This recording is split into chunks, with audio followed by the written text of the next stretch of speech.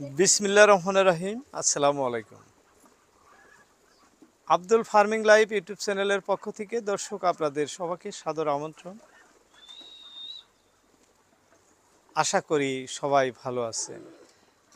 দেশ এবং দেশের বাইরে যে যেখান থেকে আমাদের এই প্রতিবেদনটি দেখতেছেন সবাইকে এই অন্তরস্থল থেকে ধন্যবাদ জানিয়ে শুরু করছি আজকের প্রতিবেদন।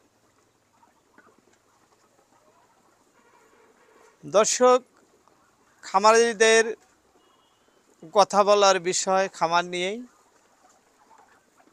অনেক ভাই অনেক ধরনের কমেন্ট করেন চীন হাঁস পালন সম্পর্ক নিয়ে। যাই হোক, আজকে আপনাদের সামনে চীন হাঁস পালনের কিছুগুলো সহজ তথ্য তুলে ধরব। অবশ্যই ভিডিওটি কন্টিনিউ করবেন, তাহলে আপনার সামনে যারা হাঁস পালতেছেন বা পালবেন ইচ্ছা করছেন, যারা ইতিমধ্যেই খামারে বাচ্চা উঠাইছেন, সবার জন্য কিন্তু সুবিধাজনক হব। দর্শক, আমি নিজে খামার করতেছি, সেই অভিজ্ঞতার থেকে আপনাদের মধ্যে কথাগুলো শেয়ার করব। দর্শক, প্রথম আপনাদের যে বিষয়টি প্রথমে মাথায় রাখা উচিত সেটি হলো খাদ্য। হাঁসকে যত ভালো খাদ্য খাওয়াবেন তত ভালো রেজাল্ট, অর্থাৎ ভালো ফলন পাবেন। আপনার সেই খামারে লাভ হওয়ার সম্ভাবনা কিন্তু পুরা থাকে। আমরা বাচ্চা উঠাইয়েই কিছুদিন বাচ্চাকে খুব যত্ন করি, ভালো খাদ্য খাওয়াই।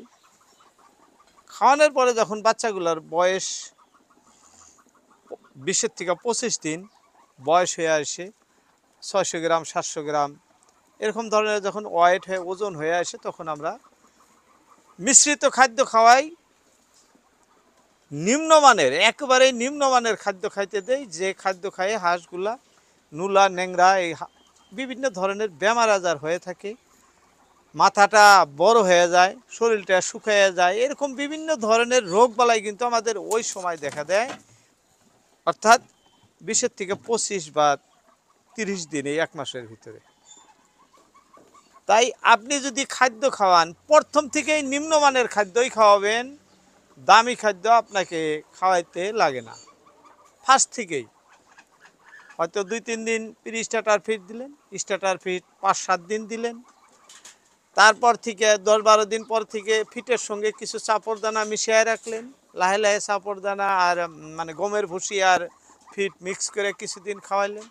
তারপরে হয়তো আপনি ভুট্টা ভাঙ্গা কিছু মিক্স করলেন, এরমভাবে তার সঙ্গে কিছু ভাত বা কিছু খুদ, এরকম ধরনের।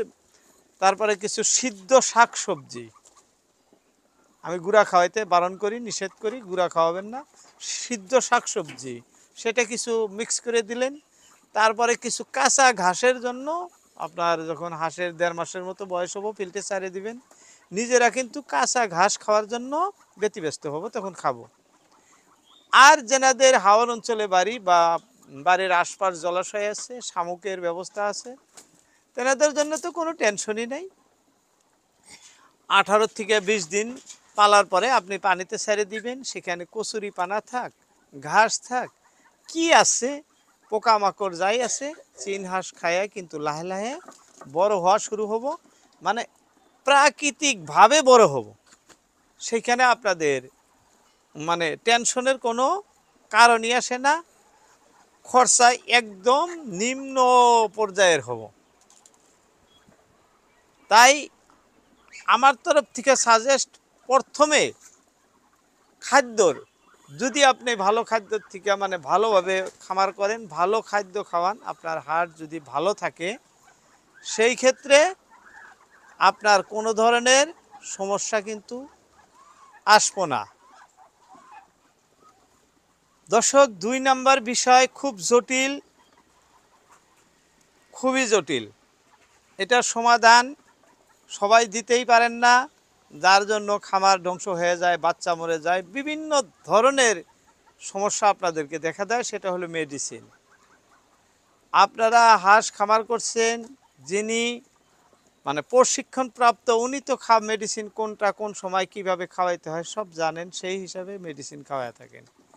কিন্তু যেনারা প্রশিক্ষণ নাই বা পূর্বে খামার করেন নাই, একেবারেই নতুন, ডাক্তারের ওইখানে যাইতেছেন, ডাক্তার বিভিন্ন প্রকার মেডিসিন, এটার পরে এটা, এটার পরে এটা, এটার পরে এটা, এরকম বিভিন্ন ধরনের মেডিসিন আপনার হাতে। বিশেষ করে আজকাল যে ফার্মাসিস্ট ভাইরা যারা আছেন আমার ভিডিও দেখতেছেন, আপনাদের বলি, আপনারা সাধারণ বেমারের সাধারণ ওষুধ খাওয়াইলে ভালো হয় যেভাবে, সেইভাবে দিবেন।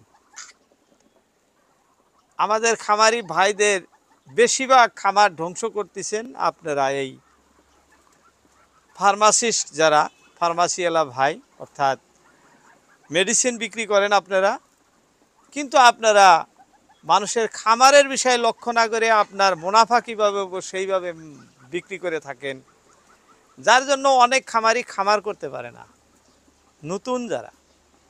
তাই আপনাদেরকেও অনুরোধ করব, সৎ প্রসেসে মানে সৎ রাস্তা অবলম্বন করবেন।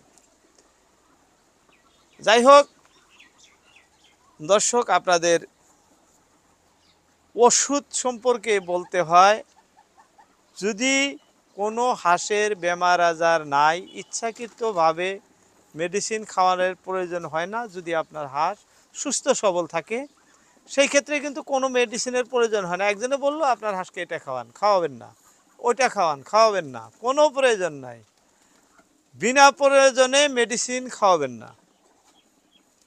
আপনি সাপ্তাহিক, আমরা যেভাবে খাওয়াই, সপ্তাহ বা 10 দিনে একদিন অ্যান্টিবায়োটিক মেডিসিন 1 লিটার পানিতে 1 চা চামচ মিশিয়ে হয়তো হাঁসগুলাকে সকাল টাইমে বা সন্ধ্যার টাইমে একবার খাইতে দিলাম, এইটুকুই ব্যবহার করি, এর বেশি না। আপনি যদি ভালো খাদ্য, ভালো পরিবেশে, পরিষ্কার পরিচ্ছন্নভাবে খামার পরিচালনা করেন, সেই ক্ষেত্রে আপনার কোনো ধরনের সমস্যা হওয়ার কথা না। আপনি ন্যাচারালি যদি পালেন হাঁস, যে আমি প্রাকৃতিক মানে খাদ্য খাওয়াইয়া সেইভাবে পালবো, সেইভাবেই পালবেন।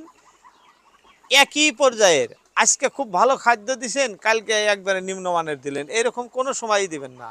যেটা দিবেন একই টাইপের খাদ্য, লাহে লাহে লাহে লাহে ওইটাতেই মানে পরিবেশ গড়ায় তুলবেন, আপনার হাঁস ওইভাবেই বড় হব। হয়তো আপনার খাদ্য কিছু মানে কমজোরি থাকবো, লাহে লাহে বড় হব। একজনের ভালো ভিটামিনযুক্ত বেশি খাওয়াইতেছে, খালি ফিট খাওয়াইতেছে, ওর ফট করে বড় হব, এইটুকুই তফাৎ, এর বাইরে কিছুই না। তাই অনুরোধ করব, খামার শুরুর থেকে যখন বাচ্চা উঠাবেন, যারা আমার কাছে থেকেও বাচ্চা নিতেছেন, আপনাদেরকেও বলতেছি, আপনি সামনে কি ধরনের খাদ্য খাওয়াইতে পারবেন বা কি ধরনের খাদ্য খাওয়াবেন, সেটা কিন্তু আপনার অঙ্ক আছে, যে আমি হাঁসগুলা 1.5 মাস বাদে 1 মাস বাদে এই খাদ্য খাওয়াম, সেই হিসাবে আপনি গড়ে তুলবেন। আপনি হাঁসকে যেভাবে গড়ায় তুলবেন সেইভাবেই গড়ে উঠবো।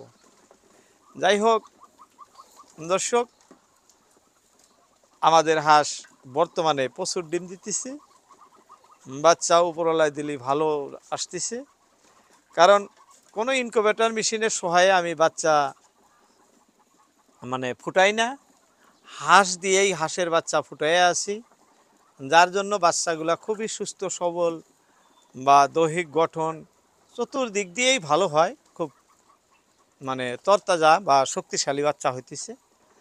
যারা ইচ্ছুক, আমাদের পার্শ্ববর্তী আসামের ভাই, আপনারা যোগাযোগ করলে আমাদের কাছ থেকে বাচ্চা সংগ্রহ করতে পারবেন, বিক্রি করে আসি।